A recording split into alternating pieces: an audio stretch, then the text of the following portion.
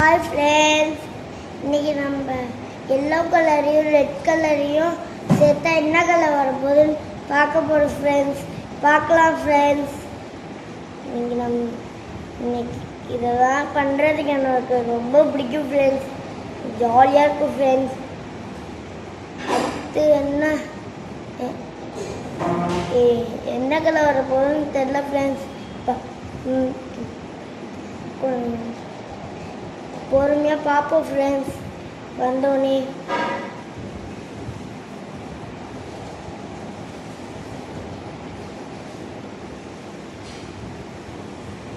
தம்பி வேற என்ன பண்ணிட்டு இருக்கான்னு தெரியல ஃப்ரெண்ட்ஸ். பின்னாடி ஏதாவது உடுத்திட்டு இருப்பான்னு நினைக்கிறேன் ஃப்ரெண்ட்ஸ்.